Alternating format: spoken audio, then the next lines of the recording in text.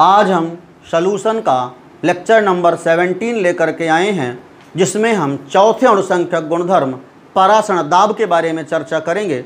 पर उसके पहले हम चर्चा करते हैं परासरण के बारे में। देखिए, परासरण परासरण को अंग्रेजी में ऑस्मोसिस कहते हैं।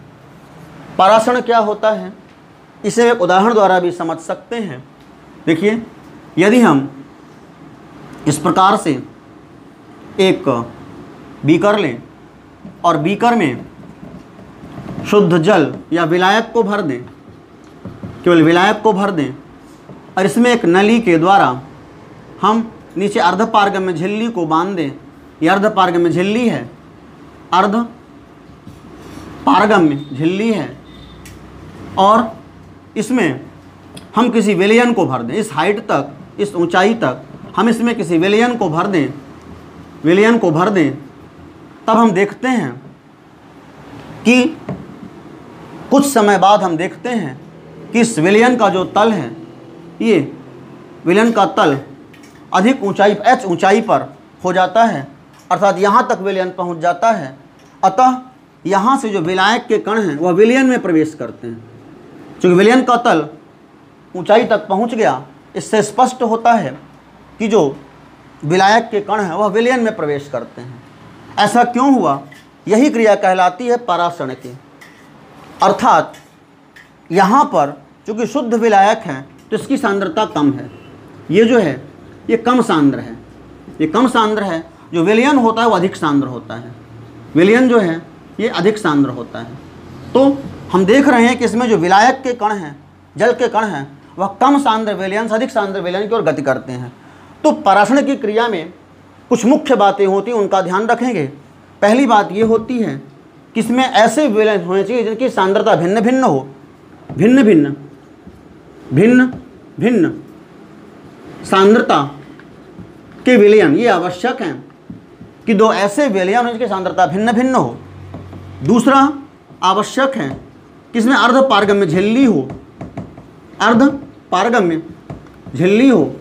तीसरी आवश्यक चीज़ है कि इसमें जो है जो क्रिया होती है तो उसमें जो विलयन है वह, जो विलायक के कण हैं, जो विलायक के कण हैं वह कम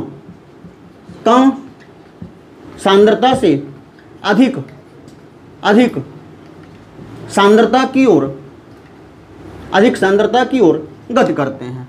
तो इस आधार पर जो है हम परासरण की परिभाषा दे सकते हैं। परासरण की परिभाषा को कॉपी में नोट करेंगे। जब दो भिन्न भिन्न सांद्रता के विलयनों को अर्धपारगम्य झिल्ली द्वारा पृथक किया जाता है, तब विलायक के कण कम सांद्र विलयन से अर्धपारगम्य झिल्ली से होकर के अधिक सांद्र विलयन में प्रवेश करते हैं, तथा यही क्रिया परासरण की कहलाती है। इस प्रकार से एक बार पुनः सुन लेंगे। जब दो भिन्न भिन्न सांद्रता के विलयनों को अर्धपारगम्य झिल्ली द्वारा पृथक किया जाता है, तब विलायक के कण अर्थात कम सांद्र विलयन में विलायक के कण जो है अर्धपारगम्य झिल्ली से होकर के अधिक सांद्र विलयन में प्रवेश करते हैं, तथा यही क्रिया जो है परासरण की कहलाती है। अब देखिए, इसे हम एक अन्य उदाहरण द्वारा भी समझ सकते हैं।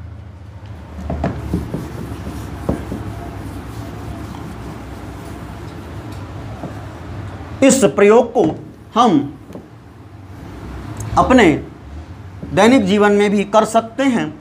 देखिए, जैसे एक अंडा है, यदि हम अंडे को एक बीकर में लें और इस बीकर में अंडे को आसुत जल में रख दें, अंडा है इसे हम आसुत जल में रख दें, ये आसुत जल है,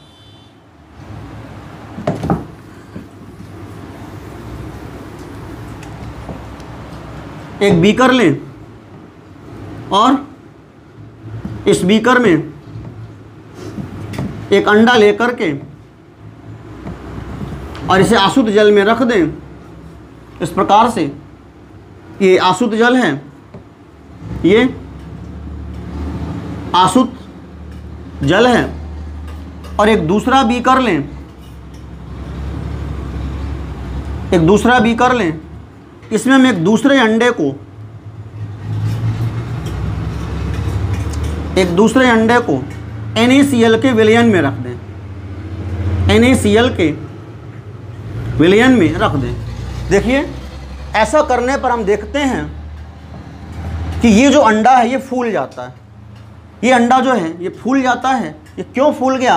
क्योंकि यहाँ पर आसुत जल है, इसकी सांद्रता कम है, इसकी सांद्रता कम है, सांद्रता इसकी कम है। और अंदर अंडे में जो है कई पदार्थ होते हैं, प्रोटीन वगैरह कई चीज़ें होती हैं, तो वहाँ सांद्रता जो है ज़्यादा होती है, वहाँ कंसंट्रेशन ज़्यादा होता है।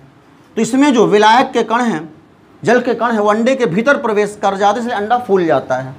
अर्थात यहाँ पर परासरण की क्रिया होती है। ये क्रिया भी परासरण की है।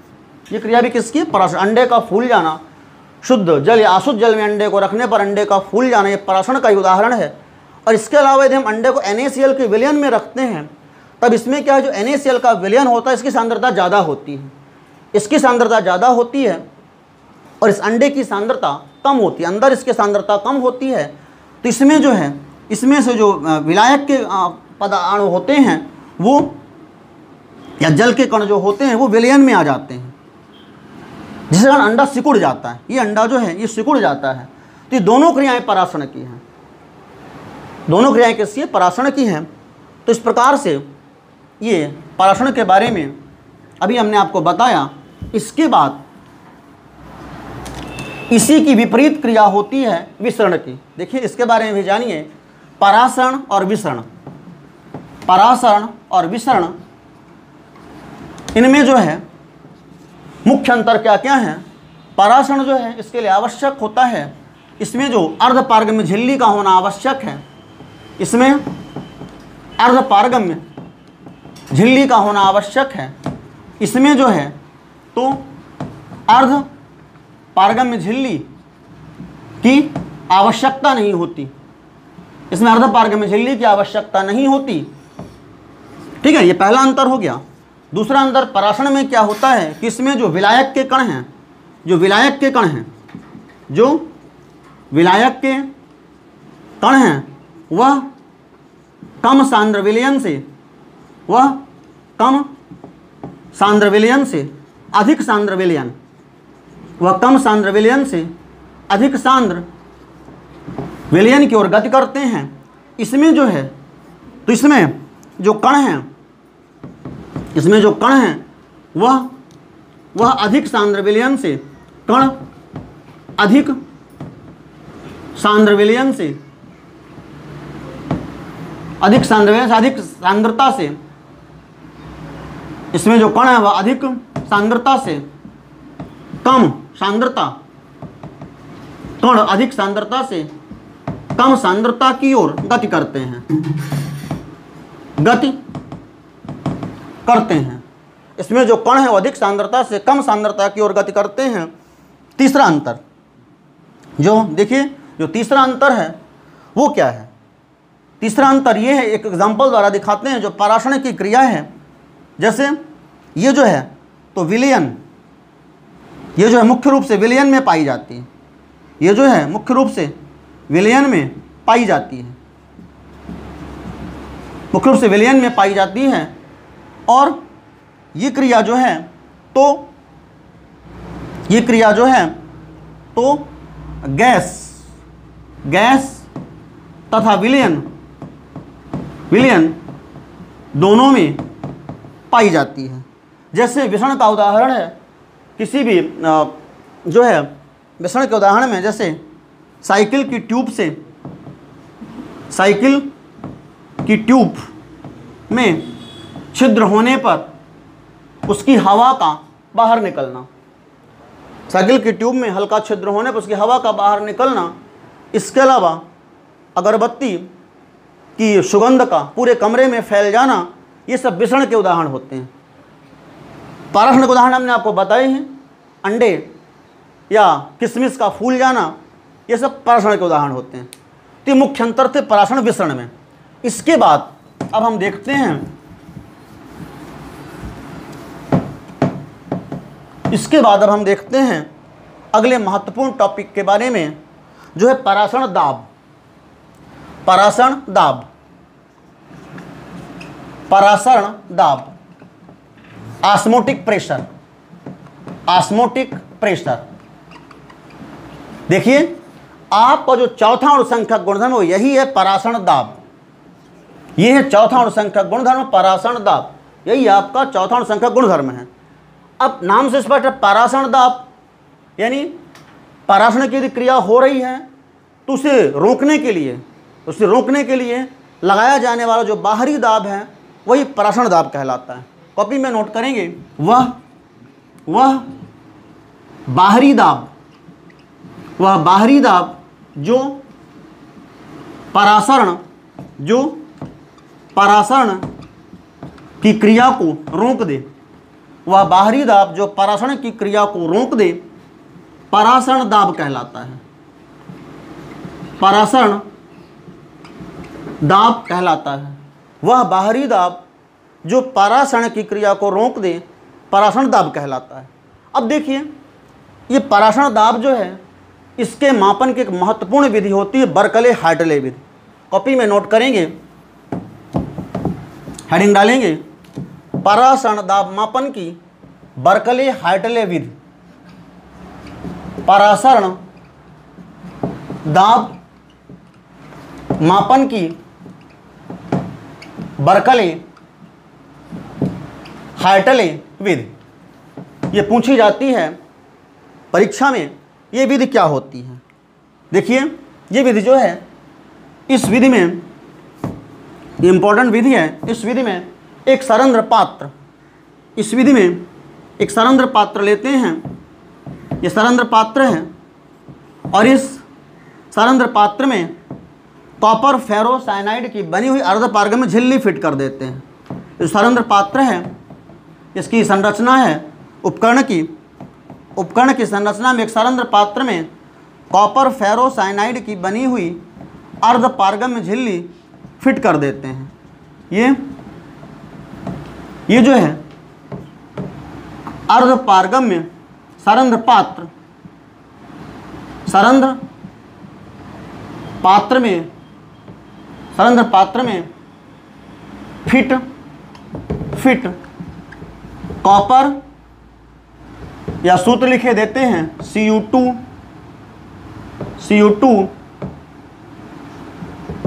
FeCN6। सरंध्र पात्र में फिट कॉपर फेरोसाइनाइड की अर्ध पारगम्य झिल्ली। तो एक सरंध्र पात्र लेते हैं, इसमें कॉपर फेरोसाइनाइड की बनी हुई अर्ध पारगम्य झिल्ली को फिट कर देते हैं और इस अर्ध पारगम्य झिल्ली के एक ओर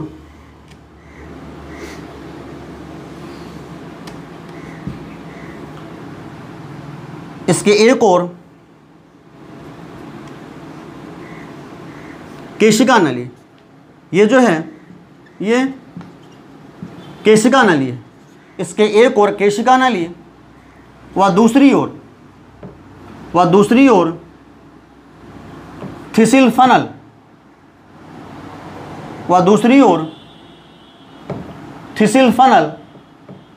लगा देते हैं।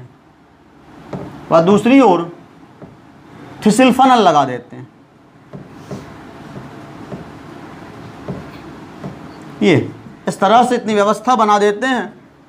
इसके एक और केशिका नली व दूसरी ओर थिसिल फनल लगा देते हैं और इस पात्र को एक बेलनाकार धातु के बर्तन में लटका देते हैं। ये जो पात्र हैं इसे इस प्रकार से एक बेलनाकार धातु के बर्तन में लटका देते हैं। इस प्रकार से इसे जो है तो एक बेलनाकार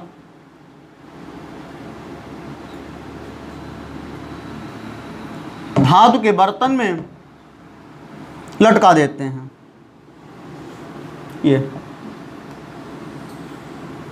लटकाने के बाद यहाँ पर जो है तो एक दाबमापी, ये जो बेलनाकार पात्र है ये एक अन्य नली से जुड़ा होता है, गन मेटल की बनी एक अन्य नली से जुड़ा होता है, जिसमें एक दाबमापी, यहाँ पर एक दाबमापी को फिट कर दिया जाता है। वह दाबमापी को फिट कर दिया जाता है, वह इसमें एक जल रोधक पिस्टन लगा दिया जाता है। ये जलरोधक पिस्टन है। तो इस प्रकार से हम उपकरण को व्यवस्थित करते हैं। ये दाबमापी है, ये दाबमापी है। तो यहाँ पर जो है जो सरंध्र पात्र है, इस सरंध्र पात्र में शुद्ध जल को भरा जाता है, और जो बेलनाकार धातु का बर्तन उसमें विलयन को भरा जाता है, इसमें जो है विलयन को भरा जाता है। देखिए ये व्यवस्था बनाने के बाद हम देखते हैं कि इसमें पाराशरण की क्रिया शुरू हो जाती है। शुद्ध जल, इसकी सांद्रता कम होती है, विलयन की सांद्रता ज़्यादा होती है। तो शुद्ध जल जो है इस अर्धपारगम्य झिल्ली से होकर के विलयन में प्रवेश करता है। जब विलयन में प्रवेश करता है तो चूँकि केशिका नली में भी जल होता है, केशिका नली का जल इसमें प्रवेश करता है, तो केशिका विलयन में शुद्ध जल में जाता है, तो केशिका नली में जल का स्तर कम होने लगता है। जब इसका स्तर कम होने लगता है तो हम जानते हैं कि पाराशरण की क्रिया शुरू हो गई है। तो इस प्रकार की व्यवस्था बनाने के बाद सबसे पहले हम क्या काम करते हैं, जब हम व्यवस्था बनाते हैं उसी के बाद जो है तो केशिका नली में जल के तल को नोट कर लेते हैं। केशिका नली में जल के तल को नोट कर लेते हैं, और फिर कुछ समय बाद जब हम देखते हैं तो केशिका नली में जल का तल नीचे हो जाता है, अर्थात पाराशरण की क्रिया शुरू हो जाती है। तब इस पाराशरण की क्रिया को रोकने के लिए पिस्टन के द्वारा विलयन पर एक दाब आरोपित करते हैं। दाब आरोपित करने पर पाराशरण की क्रिया रुक जाती है। इस दाब को दाबमापी के द्वारा नोट कर लेते हैं, और यही दाब जो है इस विलयन का पाराशरण दाब होता है। तो इस प्रकार से इस विधि के द्वारा जो है तो हम पाराशरण दाब का मापन कर सकते हैं। बर्कले हार्टले विधि जो है अन्य विधियों की तुलना में उपयुक्त होती है, क्योंकि इसमें जो है तो ये जो है इस विधि के द्वारा जो परिणाम होते हैं अधिक शुद्ध व स्पष्ट प्राप्त होते हैं। इस प्रकार से इसे कॉपी में नोट कर लेंगे। इसके बाद अन्य टॉपिक पर चर्चा करते हैं। देखिए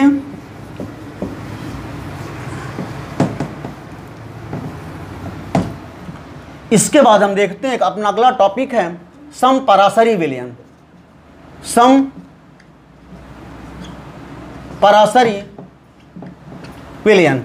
समपराशरी विलयन जो है ये अंग्रेजी में आइसोटोनिक सॉल्यूशन कहलाता है। ये क्या होता है?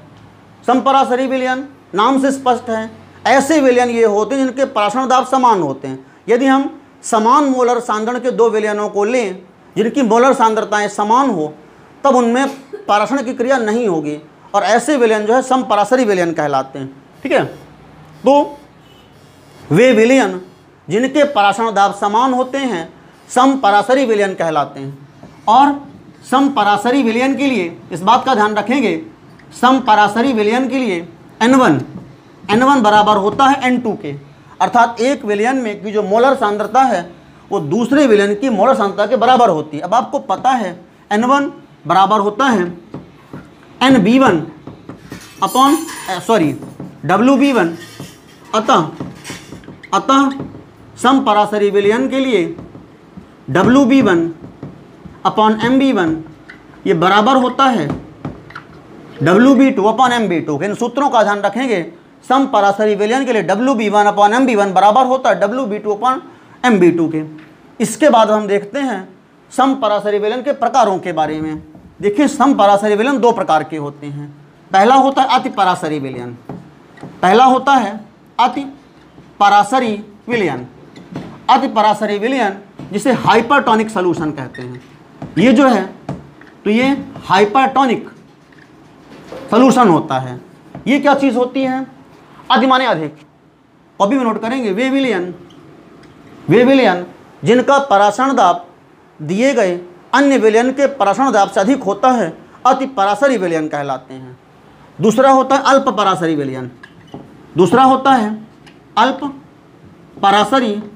विलयन, हाइपोटोनिक सॉल्यूशन। ये होता है हाइपोटोनिक सॉल्यूशन। ये क्या होता है? वे विलयन जिनका पाराशरण दाब दिए गए अन्य विलयन के पाराशरण दाब से कम होता है अल्पपराशरी विलयन कहलाते हैं। इसके बाद अब देखिए अगला महत्वपूर्ण टॉपिक है अपना। इसके बाद अगला टॉपिक है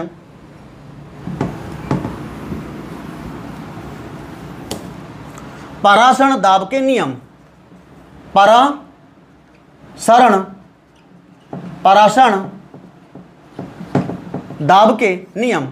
देखिए परासरण दाब के जो नियम है या इसी को वांट हाफ समीकरण कहते हैं, इन्हीं से बनता है वांट हाफ समीकरण।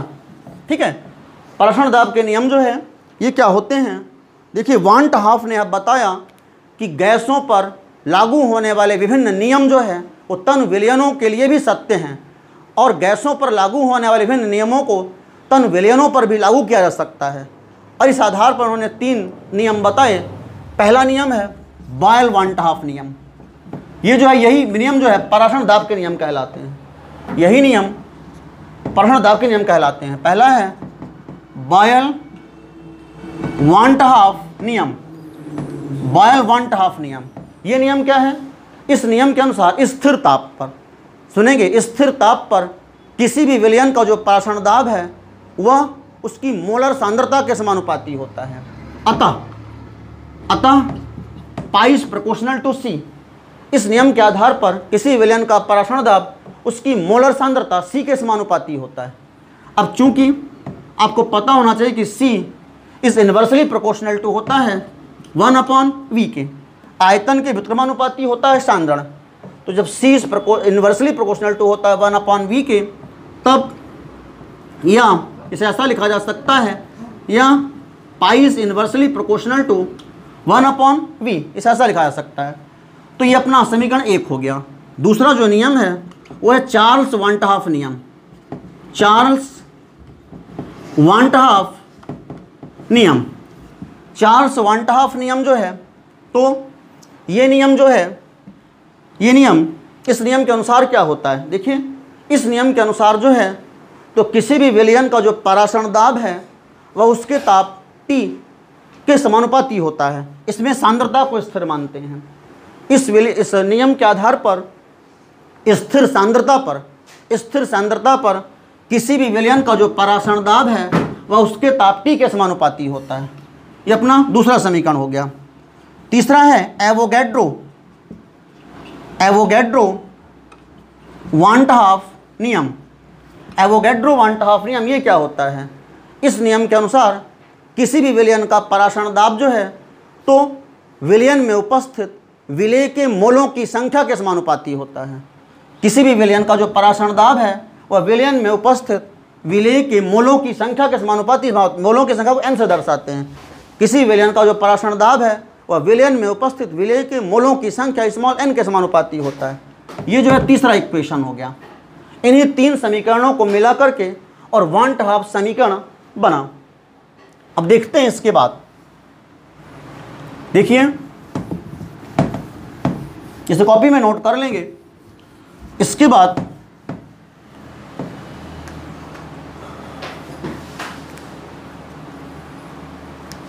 देखते हैं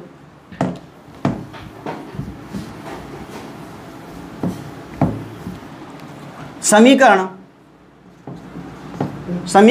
1, 2, समीकरण 1, 2 व 3 से।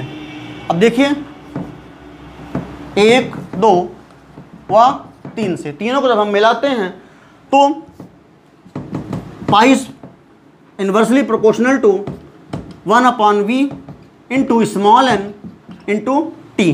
ठीक है, तो इसे हम ऐसा लिख सकते हैं, पाई v को इधर लाएंगे तो पाई v या पाई बराबर pi equal to 1/v into capital R into n into T, जहाँ कैपिटल R एक स्थिरांक है, एक कांस्टेंट है, समानुपातिक स्थिरांक है। अब देखिए जब हम v को इधर लाएंगे तो ये या पाई v बराबर nRT या पाई v बराबर nRT या पाई बराबर n/VRT या पाई बराबर CRT या पाई बराबर CRT, चूंकि n/v बराबर होता है c के। एक निश्चित आयतन में घुले मोलों की संख्या, ये तो सांद्रता होती है, n/v जो है ये बराबर होता है c के, तो पाई बराबर CRT। यही जो है तो यही कहलाता है वांट हाफ समीकरण। यही जो है तो यही कहलाता है वांट हाफ समीकरण। तो ये जो है पाई बराबर CRT, ध्यान रखेंगे, यही कहलाता है वांट हाफ समीकरण। इंपॉर्टेंट टॉपिक है। इसके बाद पाई बराबर CRT। अब इसके बाद जो है हम देखते हैं पाई बराबर CRT के बाद अगला जो इसमें क्वेश्चन होता है वो होता है वांट हाफ समीकरण के द्वारा वांट हाफ समीकरण के द्वारा वांट हाफ समीकरण के द्वारा विलेय के आणविक द्रव्यमान की गणना। ये भी एक महत्वपूर्ण टॉपिक होता है। वांट हाफ समीकरण के द्वारा विलेय के आणविक द्रव्यमान की गणना। देखिए हम जानते हैं, अभी हमने सिद्ध किया, हम जानते हैं या वांट हाफ समीकरण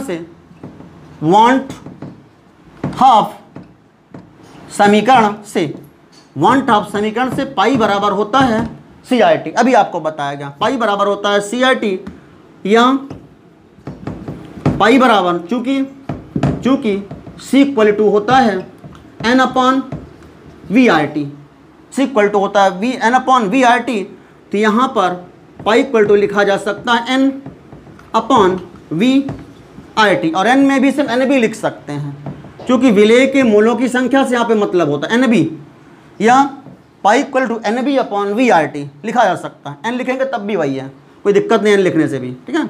या पाई बराबर NB/VRT, या पाई बराबर NB के स्थान पर हम लिख सकते हैं WB/MB, या पाई इक्वल टू WB/MB VRT, या पाई इक्वल टू WB/MB VRT, या पाई इक्वल टू WB/RT/MB V ऊपर जाएगा, MB से गुणा होगा, तो या पाई बराबर WB/RT/MB V, यही जो है तो अच्छा सॉरी, यह पाई बराबर WB/RT/MB V। अब चूंकि हमें अर्धव्यवहार की गणना करनी है MB बराबर, तो MB बराबर यहाँ पे लिखे देते हैं, या MB बराबर WB/RT/पाई V।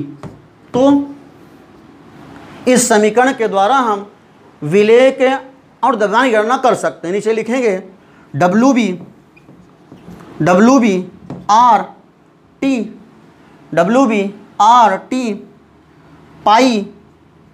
पाई व V के मान ज्ञात होने पर उपरोक्त समीकरण द्वारा विलेय के द्रव्यमान MB की गणना की जा सकती है।